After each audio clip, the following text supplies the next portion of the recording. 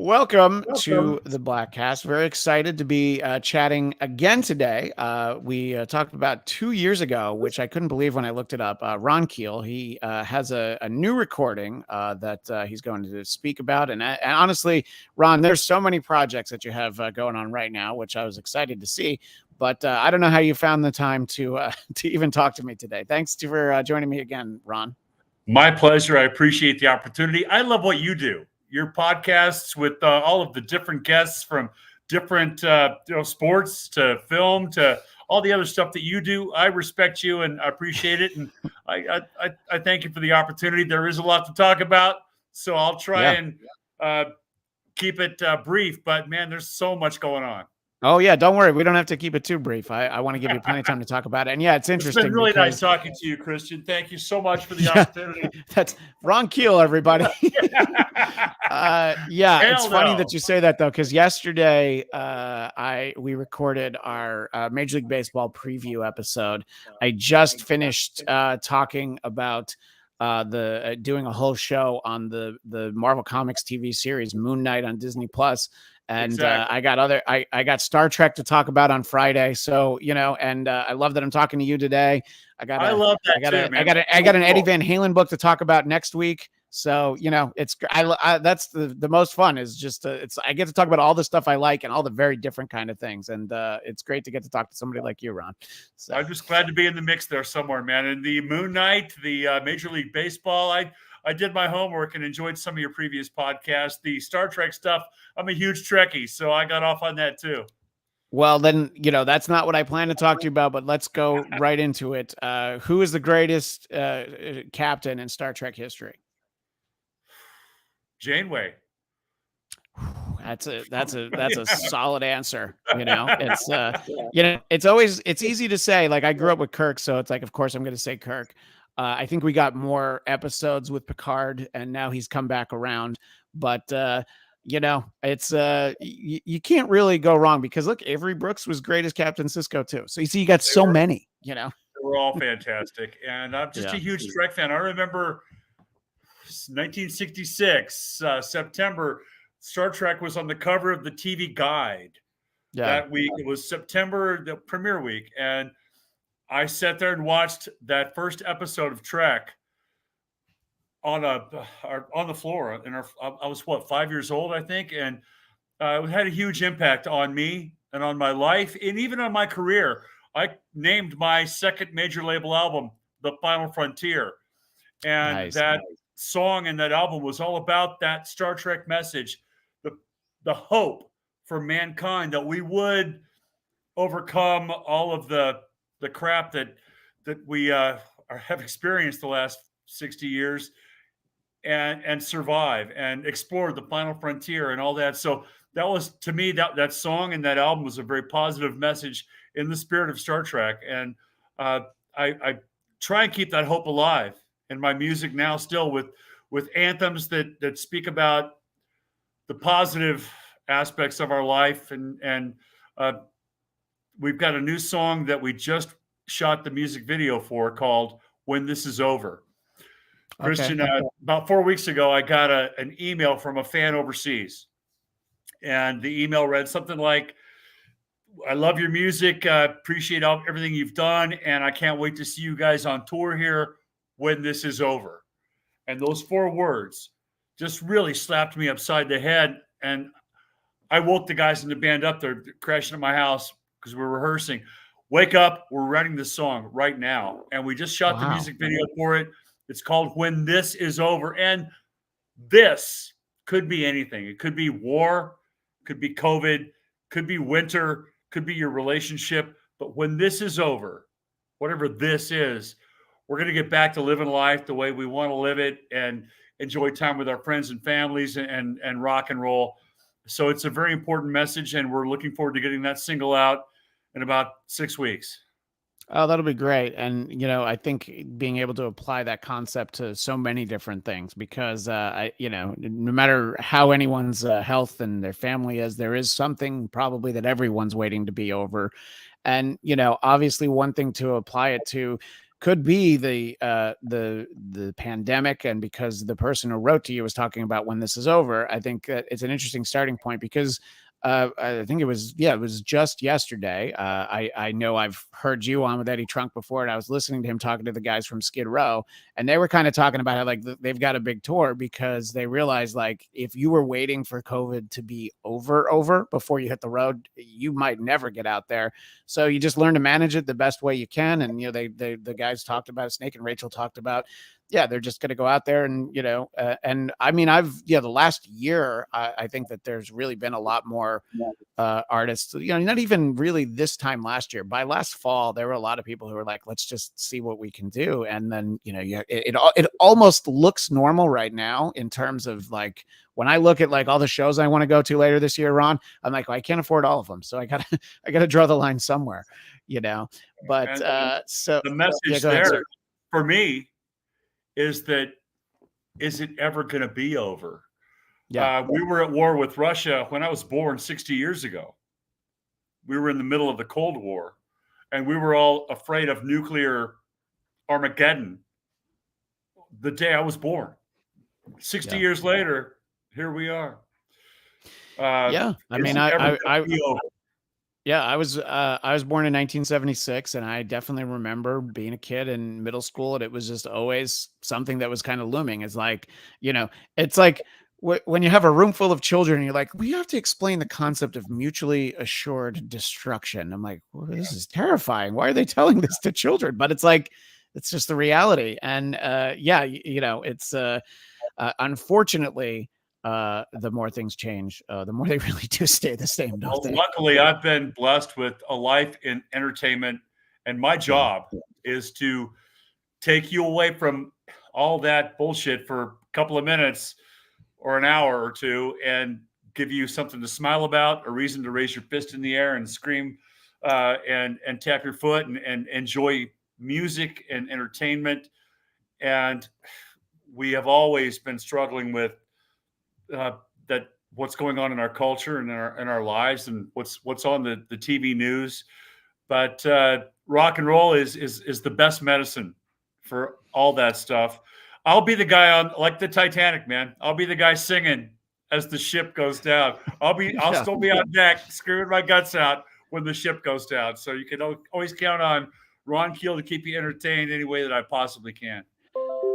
If you end up unfortunately in a situation where you want the band to play on, good to know that that Ron would take the mic to do so. Now, a couple of things that I know that you have going on right now is you have this this newly recorded version of Right to Rock, which is I guess there's a couple, Right to Rock, Tears of Fire. They're both on Keeled, which is a 5-track EP that your Ron Keel band has put out. And I think that there's a lot of times where you hear band, they're right there. I love that you're holding up the CD, because if you're holding up the LP, we wouldn't be able to see you. So visual aids. Of course. Yeah, I appreciate it. And yeah, it's look, you hear a lot of times you hear different reasons why artists will re-record songs. Some of them are very upfront about why they do it, and and sometimes you can barely tell the difference. Heard again, mentioning Eddie Trunk for the second time, I heard him talk to Aldo Nova about a month ago, and he had done a re-record, and he hated the re-record. The new versions that he re-recorded so much, he like bought up all the CDs, and he doesn't want anybody to be able to get them anymore. Wow. So he like did a second re-record because he's like, it came from a good place, but then he listened to the way it turned out. He's like, oh, no, that's not what I wanted. So it's interesting. And I think a lot of times, there's reasons why bands will do it for, they don't own their masters. They want to do it for publishing or whatever reason. But talk about putting out this EP that you just showed our visual audience, Keeled, and our audio audience will get to hear this new version after after our conversation. So talk about getting in there and taking a new crack at some of your old favorites. Obviously, there's no real business reason for doing that other than the fact that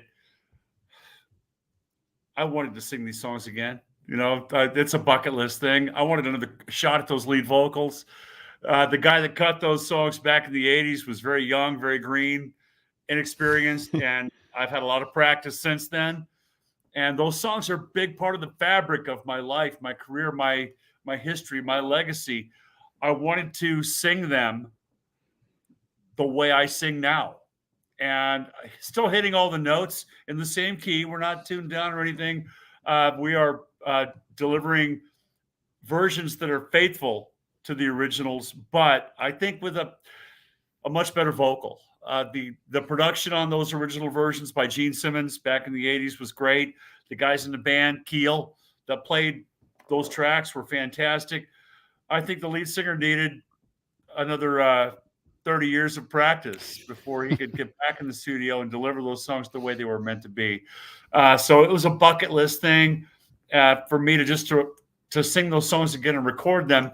Plus, it was a chance to get my band, kind of a new band, Ron Keel band. We've been around 7 years, but I wanted to establish us as a recording act. And when we went in the studio to do those tracks, we didn't have any new original music, but we had been doing the Keel songs in the show. So I wanted to get the guys in the studio. Let's just go in the studio and cut the Keel medley and the Keel songs, Right to Rock, Tears of Fire, and get the band in the studio and get them going as a recording act. And super proud and happy with the results. And this Keeled EP is a pilot project for my new label, RFK Media. When I put the label together earlier this year, we needed something to launch the business. And that was a perfect opportunity for us to reintroduce these Keel songs to not only the old school fans, but a lot of our fans are in their 20s and 30s, and they weren't even born when those songs came out originally. I've been doing the Right to Rock on stage live for 30 years now, and it doesn't matter if we're playing for an audience that knows who I am or not. That song is timeless and resonates with everyone. It's got a great message: freedom of expression, the right to rock, the right to do what you want to do and say what you feel and all that. It's a song about freedom and loving life. And a lot of the fans that we have now weren't around for the original versions. And I wanted to reintroduce those songs for years to come. I really appreciate the fact that the old school fans have accepted them. I was ready for the backlash, because when you re-record songs from your previous eras of your career and re-release them, as you mentioned, sometimes it's for reasons of owning the master or royalties or business or whatever. This is nothing like that. I expected to get that backlash. I prefer the originals. Sure. And I haven't received any of that. Not one Facebook message or social media comment or anything. The old school fans are embracing these new versions of the songs, and the young fans are embracing these old songs. So I'm very thankful for both. Yeah, and I think the point that you mentioned when you first started talking about it is that, you didn't tune down, you haven't changed them in any way. Look, on the one hand, as cool as it is to hear something that's so drastically different, like when on MTV Unplugged, Eric Clapton did that slowed down version of Layla, you're like, oh, that's different. But I still really like the really rockin' version of Layla, and Sting has done that. He has rearranged some songs. And you're like, yeah, but I like it better the old way. So it's cool as like an exercise, oh, check this out, but let's go back to the versions that rock. And I think, if you were to do that for a song, that would probably be like, oh, listen to this. There's sometimes, you'll hear like an almost lounge singer version that somebody does of their song just for fun. That's fine. When you do stuff like that for fun or for something different, but yeah, don't take away what's great about the song. And Right to Rock, I think, connects with audiences 35 years ago, 25 years ago, 15 years from now. It's going to have that message, that there are people out here who still like to rock. I mean, the Scorpions' new album is called Rock Believer, I believe is the way that they've titled it. And we're still out there, There's a reason why they keep remaking Star Trek, getting back to our original topic. Sure. You've seen Chris Pine play Kirk, and the reinventing the characters and reinventing the concept over and over again. There's a reason why they keep remaking movies and TV shows from the 60s, 70s, and 80s. And we're just trying to give a new take on a timeless concept and a timeless message. And I really appreciate the fans embracing the new EP Keeled. And I think we'll keep that tradition alive on the next album. We'll probably re-record another couple of classic Keel songs in addition to our new original material, kind of keep that tradition alive and keep reinventing those old songs for a new audience. Right. And the song you referenced earlier that you just did the video for, When This Is Over, that would be for a future release somewhere down the line, right? We're going to re-release Fight Like a Band.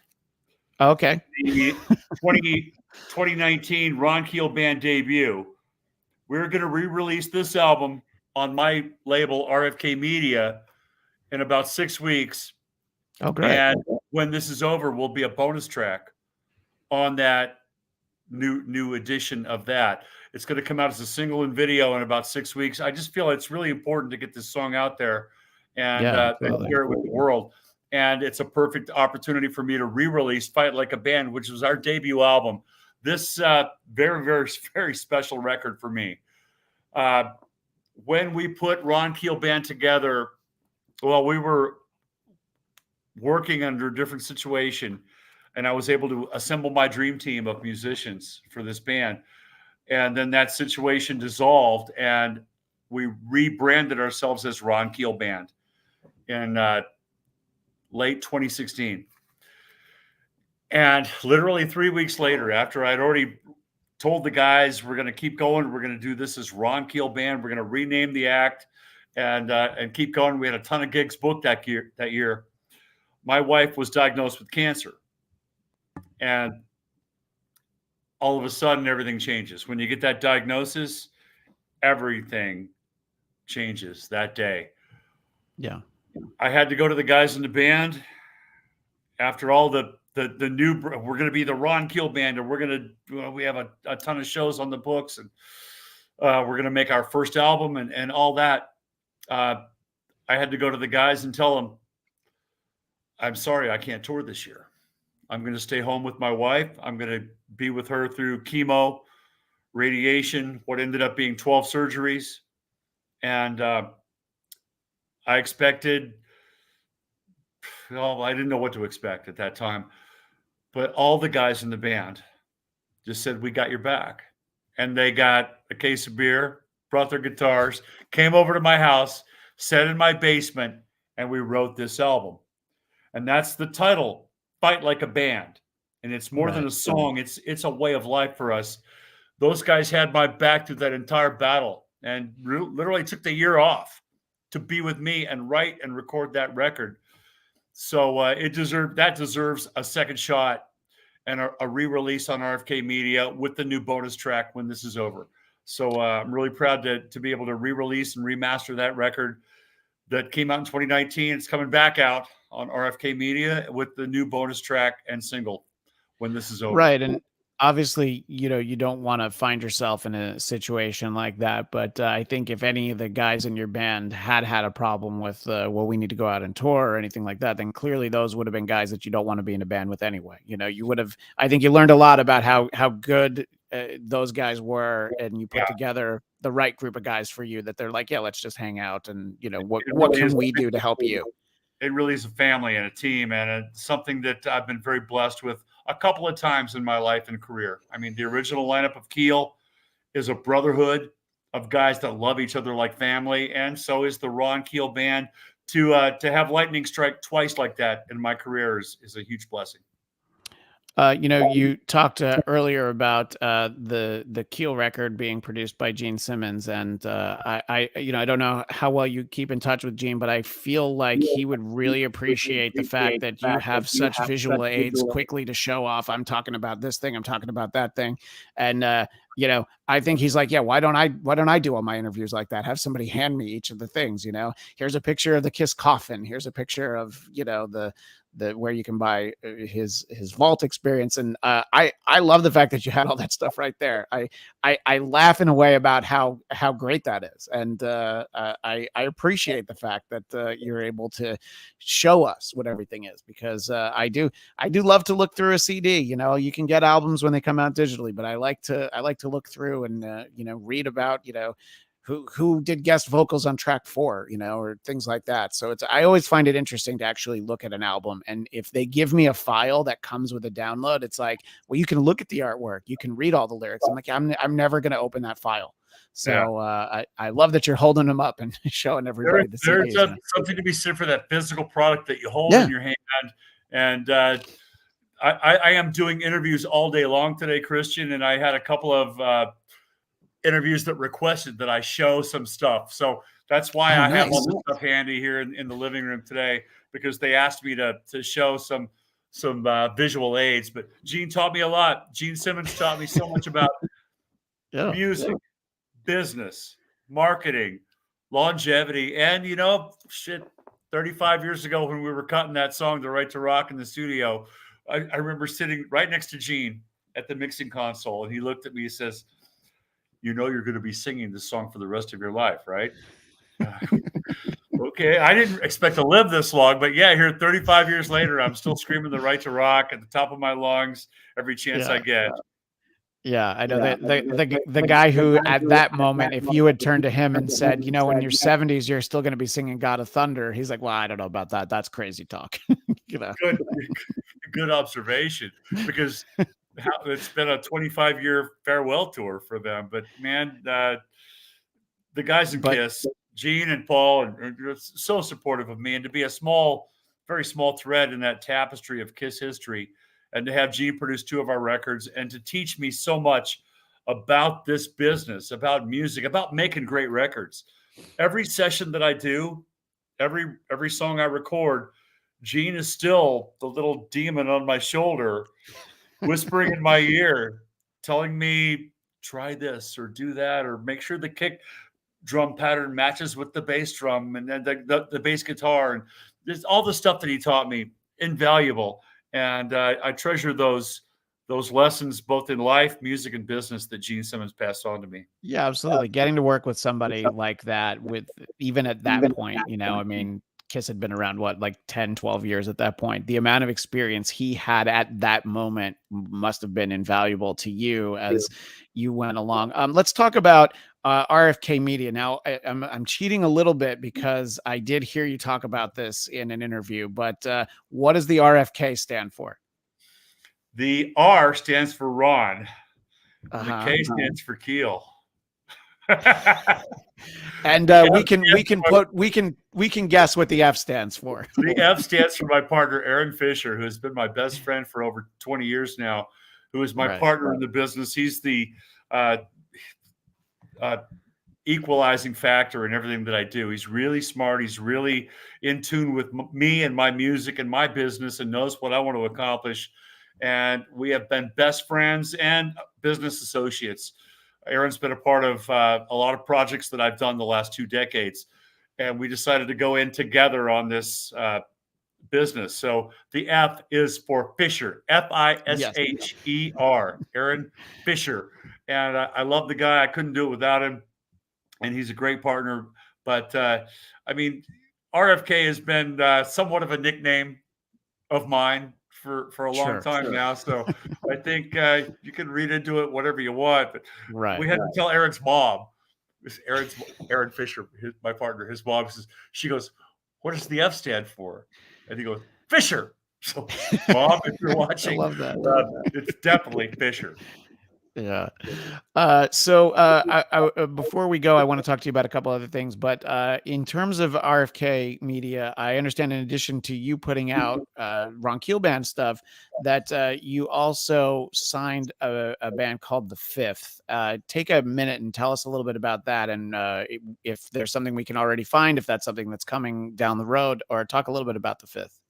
Absolutely. Thank you. And I felt it was important, if we're going to have a record label, it just can't be a vehicle for me and my projects and my music and my bands. It's got to be a vehicle for up and coming rising stars like The Fifth.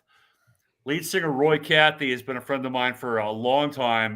He sang in a band called Cold Sweat, signed to MCA, and my guitar player Mark Ferrari, my partner in crime from Keel, was the guitarist in that band. So Roy and I go back a long ways.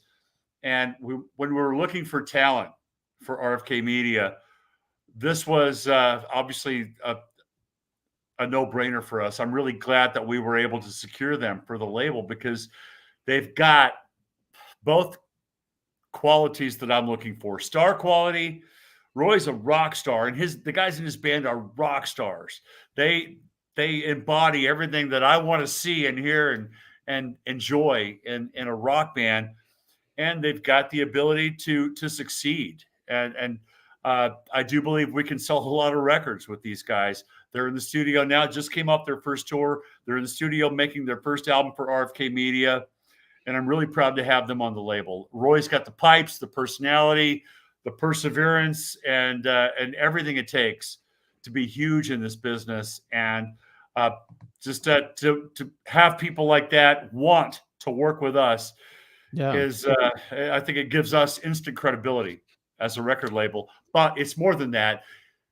Not just the acts that we're signing. And we're not going to have a whole lot of acts. I'm not going to have 7, 8, 10 other artists on the roster. I want to be able to work each record and each project personally. And that takes a lot of time, effort, energy, and money. So I'm going to keep it slim. We'll have the fifth and maybe a couple of other artists on the label over the next year or two and expand into other aspects of media, like the radio station, krfkradio.com, which has been a great platform for us and our artists and comedy, art, book publishing, anything that has to do with media. I'm interested in sharing those different medias and mediums with our fans, and we're gonna do some comedy releases. We're gonna do some art. We're gonna do some book publishing, and all of the above. It all falls under the umbrella of media and entertaining people. Yeah, and I definitely wanted to talk to you about KRFK Radio before I let you go. As I mentioned to you before we started, that I was putting my notes together. I'm like, oh yeah, I want to listen to Ron's station. First thing I heard was a live version of it seemed like a recent Alice Cooper doing "I'm 18," and I'm like, this is great. I left it on for the afternoon while I was putting stuff together. So it's a great place. And I asked you beforehand, so I know the answer to this. There will be an app somewhere down the road. Right now, they can just go to krfkradio.com if they want to listen, right? That's correct. You can listen online anywhere in the world in the high-quality audio at krfkradio.com. And we are building the app as we speak, but that's a work in progress. We're still getting started. Long way to go, but we've got some of the biggest names in rock on our station. Eddie Trunk, Joe Elliott from Def Leppard, Dee Snider, House of Hair, some great syndicated programming. So you've got some of the biggest voices in rock already on krfkradio.com, and there's more to come. Yeah, and a lot of people, their local rock station might not have one of those shows, and the fact that they're all on KRFK Radio is just, it's your one-stop shopping, which is great to know. And I'm looking forward to listening more. And when I was talking to you beforehand, just the idea of streaming a radio station, whether it's a website or an app or whatever, that's like how I listen to almost everything anymore. I don't have Sirius XM in my car. I just have it on my phone and I plug it in and I listen to it that way. I listen to my Spotify. I do all that. And of course, I want to have a good old-fashioned Ron Keel band CD, though. That's what I really want. So I'll make sure that I listen the old-fashioned way. Shoot me an email with your mailing address, and I will get some Ron Keel band product in the mail to you. I'll take care of you, brother. All right, and also, if hypothetically, when the fifth album comes out, if you're not working with a publicist at that point, please just reach out to me, because I'd love to listen to it and talk to them, talk to you, down the road. Always love hearing new bands. People who say that there's no good rock music anymore just aren't looking for it, and unfortunately you do have to look for it. There's a ton of it on my radio show, Streets of Rock and Roll, weekly on KRFK Radio and 12 other affiliate stations. Our content is 90% or more, 95% new music, whether it's from our heroes like the new Scorpions or whatever, or new up and coming rising rockers. There is so much great music out there that I will never run out of content. And it's a matter of picking and choosing what I think the fans want to hear and what I like best. But man, there's a lot of great new stuff out there. KRFK Radio is just another option. I mean, you've got Spotify, you've got tons of other streaming options when it comes to your online entertainment, but we're different, we're unique, we're special, we're a lot of fun, and we got a lot of cool stuff going on at KRFK Radio. Yeah, it's to me, it's a big compliment to tell you. Listening to it, sort of the attitude, it reminded me the old nationally syndicated hard rock radio station that there was called Z Rock back like 20 years ago. I loved that station. And the fact that it was syndicated, it wasn't local. I'm like, I didn't care. I got to hear such great music. So, and you want a little bit of attitude with your rock station, and people can find that. Absolutely. Well, Ron, it's always great to chat with you. I'm glad that we talked again. I couldn't believe it had been 2 years. What's the one-stop shopping? If everybody wants to find everything, is it rfkmedia.com, or where do people go if they want to know about all the stuff we talked about today? You can get there from there. rfkmedia.com and ronkeel.com. I'm a firm believer in that conventional website. You can find my social media links, RFK Media, KRFK Radio, everything that I do, the store, the tour dates, all the stuff we got going on at ronkeel.com. Well, Ron, I look forward to hearing more of the station, more of the new music and the new bands. Very exciting, and glad to see you. And hopefully we get to talk again soon, sooner than 2 years. Yes, sir. Let's do it anytime, Christian. Keep up the good work, man. Love what you're doing. You too. Yeah. And you know what? We'll talk just Star Trek one day. All right.